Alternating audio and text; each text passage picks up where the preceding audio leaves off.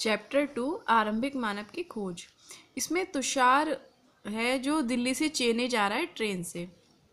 तो ट्रेन में रास्ते में चाचा जी उसके बताते हैं, उसके चाचा जी उसके साथ जा रहे हैं कि ट्रेन तो केवल 150 साल पहले आई है और उसके कुछ दशक बाद बस आई है।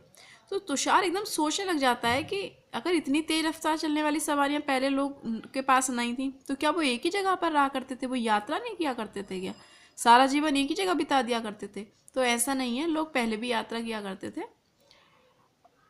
वो कैसे किया करते थे वो अभी हम चैप्टर में आगे पढ़ेंगे। तो ये क्वेश्चन मैंने ऊपर मेंशन कर दिया है, 150 साल से ट्रेन और फिर बस चली है, तो उससे पहले क्या लोग एक ही जगह पर रहा करते थे? ये क्वेश्चन है तुषार का। तो आगे देखते हैं। आरंभिक मानव, अब हमने पिछले चैप्टर में ये पढ़ा था कि नर्मदा नदी के किनारे 20 लाख साल पहले से लोग रह रहे हैं जो आखेटक और खाद्य संग्राहक हैं।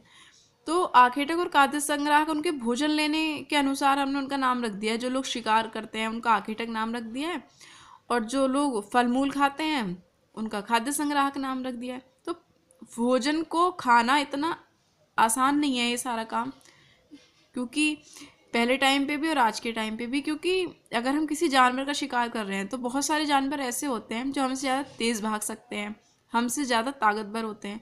तो जानवरों का शिकार करना, चिड़ियाँ पकड़ना, मछली पकड़ने के लिए बहुत सतर्क, जागरूक और तेज होना पड़ता है। इसी तरह अगर हम पेड़ पौधों की बात करें तो जो पेड़ पौधे हम खाने के लिए यूज़ कर रहे हैं तो हमें ये पता होना चाहिए कि क्या ये पौधा खाने लायक है या नहीं है, ये कहीं ये विषैला तो नहीं है, पॉइजनस तो नहीं है।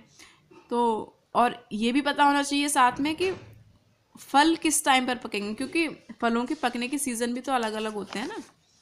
तो आगे हम ये देखते हैं अब वो कम से कम कौन से 4 कारण होंगे जिनके कारण आखेटक और खाद्य संग्राहक एक जगह से दूसरी जगह घूमते होंगे। तो वो देख लेते हैं। पहला कारण कौन सा है? अगर एक चीज़ ये देखते हैं हम कि अगर पहले लोग या कहीं भी कोई लोग रह रहे हैं और जानवर हैं वहाँ पर, तो क्या करते हैं, जहाँ बहुत समुदाय लोगों का रह रहा है तो वो आसपास का जितना भी भोजन होगा, फल पौधे होंगे, सब खा के ख़त्म कर देंगे और साथ ही जानवरों को भी खाकर समाप्त कर देंगे। तो जब वहाँ के सारा भोजन का सोर्स ख़त्म हो जाएगा तो वो दूसरी जगह पर जाएंगे, मतलब भोजन की तलाश में एक जगह से दूसरे स्थान पर जाएंगे वो। तो पहला कारण तो ये हुआ। दूसरा कारण और देख लेते हैं। दूसरा कारण, जो जानवर होते हैं तो वो भी तो शिकार करते हैं ना दूसरे जानवरों का। तो और दूसरा हिरण, और जो मवेशी होते हैं गाय और भेड़ वगैरह, तो ये चारे की तलाश में जब वहाँ जहाँ ये लोग रह रहे हैं, ये जानवर वगैरह रह रहे हैं, तो जहाँ पर रह रहे हैं वहाँ पे भोजन खत्म हो जाएगा तो ये भी भोजन की तलाश में दूसरी जगह जाएंगे। तो इसलिए जब जानवर मूव करेंगे तो उनके पीछे पीछे जो ह्यूमन है जो उनका शिकार करते हैं वो लोग भी मूव कर जाएंगे। तो दूसरा कारण ये रहा होगा कि शिकार जानवरों को फॉलो करते हुए वो लोग एक जगह से दूसरी जगह पहुँचते होंगे। तीसरा कारण, अब जो पेड़ पौधों पर फ्रूट्स आते हैं या फल वगैरह या सब्जियां वगैरह आती हैं, तो अलग अलग सीज़न में अलग अलग तरह की सब्जियां और फ्रूट्स आते हैं। तो जो मौसम के अनुसार आज यहाँ रह रहे हैं, इस मौसम में फ्रूट्स आ रहे हैं, कुछ पौधे और सब्जियां वगैरह आ रही हैं उस एरिया में, हो सकता है कि सर्दियों का मौसम या गर्मियों का मौसम आने पे वहाँ पे वो चीज़ नहीं आए, तो भोजन की तलाश में उन्हें वहाँ से दूसरी जगह जाना पड़ेगा खाने के लिए कुछ। तो तीसरा कारण ये रहा होगा मूव करने का। चौथा कारण ये मानते हैं कि पानी के बिना तो किसी भी प्राणी या किसी भी जानवर की, किसी भी जीव जंतु की, किसी की भी कोई कल्पना नहीं की जा सकती। प्राणी पानी के बिना तो रह ही नहीं सकता है। तो पानी झील, झरनों और नदियों में मिलता है।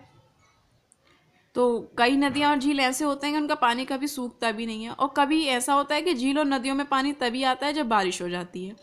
तो ऐसा हो सकता है कि जहाँ लोग बसे हुए हैं वहाँ पे सूखा मौसम हो जाए, बारिश नहीं हुई हो, तो पानी की तलाश में इधर उधर जाना पड़ता होगा। इसके अलावा लोग अपने नाते रिश्तेदारों के, मित्रों से मिलने इधर उधर जाया करते होंगे। यहाँ पे एक चीज़ याद रखने वाली है कि अभी तक लोग पैदल यात्रा कर रहे हैं, यहाँ पर अभी सब पैदल यात्रा कर रहे हैं। अब ये क्वेश्चन आ जाते हैं कि तुम स्कूल कैसे जाते हो। अब तुम अपने घर से स्कूल पैदल जाने में कितना समय लेते हो?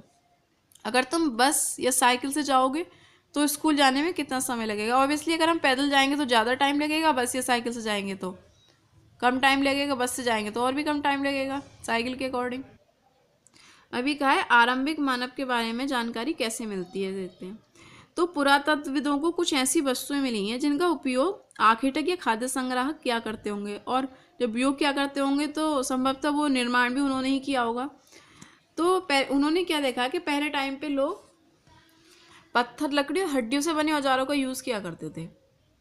तो पत्थर के औजार आज भी बचे हुए हैं। जैसे लकड़ी के औजार हैं, काफ़ी टाइम तक शायद नहीं बच सकते हैं, गल जाते होंगे, इसलिए पत्थर के औजार ज़्यादा मिले हैं। तो ये पिक्चर में देख लेते हैं हम।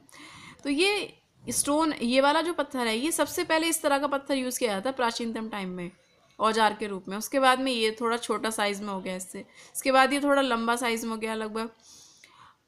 तो ये कई हज़ार, इसके कई हज़ार साल बाद यही बने, इसके बाद में ये बने, और ये बिल्कुल छोटे पत्थर आ जाते हैं यहाँ पे। इस तरह के औजारों का यूज़ होता था। ये 10,000 साल पहले बनाए गए थे इस तरह के पत्थर। इसके अलावा ये गुटी का, तो ये जो पत्थर है ये नेचुरली इसको यूज़ कराया, प्राकृतिक पत्थर है, इसको बनाया नहीं है, ये ऐसा ही प्रकृति से मिला और ऐसे इसको एज अ औजार यूज़ कर लिया है। तो अब पत्थर के उपयोग, जो औजार बनते हैं वो किस किस तरह से उनको यूज़ किया जाता था उसके बारे में हम देख लेते हैं। तो औजारों का उपयोग फल फूल काटने के लिए, हड्डी और मांस काटने के लिए, पेड़ की छाल, जानवरों की खाल उतारने के लिए किया जाता था। तो और औजार किस तरह के भी होते थे कि लकड़ी, छोटा सा डंडा, जैसे कुल्हाड़ी होती है उस तरह से, जैसे पीछे लकड़ी का एक डंडा लगा होता है उसमें, उसके आगे लोहे का कुछ पार्ट लगा होता है, इस तरह से पत्थरों का यूज़ किया जाता था।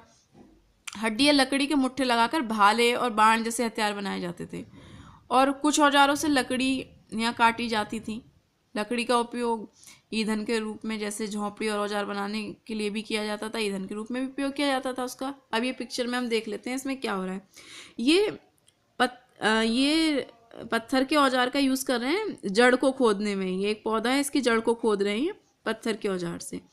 और ये यहाँ पे क्या कर रहे हैं, जो जानवर की खाल होती है उससे कपड़े बनाते हैं, तो कपड़ों को सिलने के लिए ये छेद कर रहे हैं ना, इसमें कपड़ों को सिलने के लिए भी इसका यूज़ किया जाता था। तो इस तरह से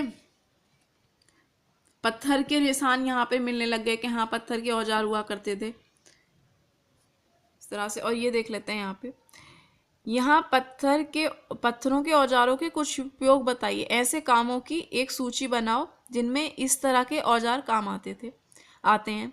बताओ कि इनमें से कौन कौन से काम सामान्य पत्थरों से किए जा सकते हैं, कारण सहित उत्तर दो। तो इनका आप खुद भी एनालाइज करना चीज़ों को, कैसे कैसे किया है। तो औजार के उपयोग क्या हैं, जैसे हमने यहाँ पे पढ़े अभी, ये हड्डियाँ वगैरह काटने में, ये सारी चीज़ें हमने पढ़ ली। और तो सामान्य पत्थर से तो हम यही कर सकते हैं कि जैसे कोई जानवर जा रहा है तो हम उसको एज अ पत्थर थ्रो करके उसको स्टॉप कर सकते हैं। इस तरह सामान्य पत्थर से यूज हो जाएंगे। और बाकी जो इसमें सारे काम बताए हैं वो तो नुकीले पत्थर से ही होंगे ना, जिस तरह के औजार इन्होंने बनाए थे। तो ये पत्थरों का यूज़ यहाँ पे आना शुरू हुआ। तो खाद्य संग्राहक और आर्किटेक्ट कहाँ रहा करते थे, तो ऐसे बहुत सारे पुरास्थल मिले हैं जहाँ इनके रहने के प्रमाण मिले हैं। तो उनमें से कुछ इस मैप में दिखाए गए हैं। ये मैप दिया हुआ है जहाँ पर खाद्य संग्राहक और आर्किटेक्ट रहा करते थे, उसे पुरास्थल कहा जाता है।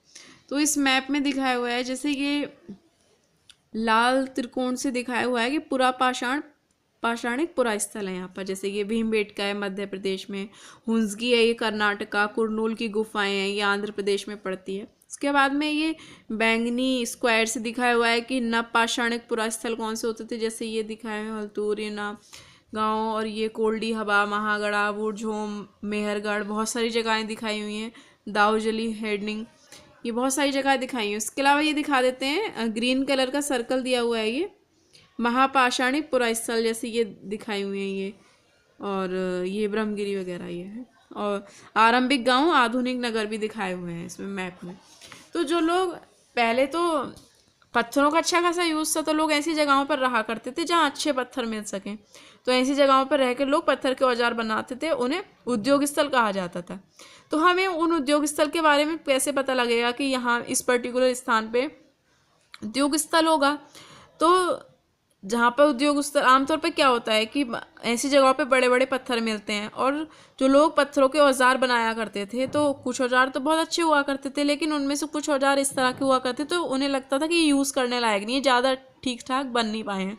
तो वो उसको कहते थे यार छोड़ो, चलो इसको यहीं रहने दो, और जो अच्छे औजार रहते हैं उन्हें लेके चले जाते हैं। तो ऐसे जो औजार होंगे वो उस जगह पर छोड़ दिए होंगे, तो वो औजार हमें मिले होंगे। इसके बाद में कि पत्थर के, जब कोई पत्थर से औजार बनाया जाएगा उसको तोड़ फोड़ करके, तो छोटे छोटे टुकड़े भी उसके मिलेंगे। तो ऐसी जगहों पर अमूमन ये चीज़ें मिलती हैं, इससे पता लगता है कि यहाँ पर उद्योग स्थल हुआ करता था। और ऐसी जगहों पर कभी कभी लोग होता था कि बहुत लंबे टाइम तक ऐसी जगहों पर रहते थे, तो ऐसे स्थलों को आवासीय और उद्योग स्थल कहते हैं। इसके अलावा ये मैप में एक गुफा दिखाई हुई है, ये भीमबेटका है, मध्य प्रदेश की वहाँ की गुफा दिखाई हुई है, मैप में भी हम देख लेते हैं ये भीमबेटका।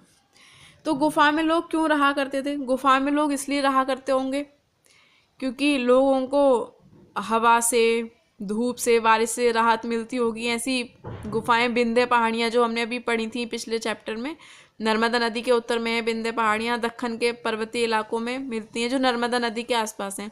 तो क्वेश्चन में ये हुआ है कि तुम बता सकते हो कि रहने के लिए लोगों ने एक यह जगह क्यों चुनी होगी, तो गुफाएं क्यों चुनी होंगी? इसीलिए चुनी होंगी क्योंकि वो बारिश, धूप, हवा वगैरह से उन्हें राहत मिल सके, वो बच सकें इसलिए।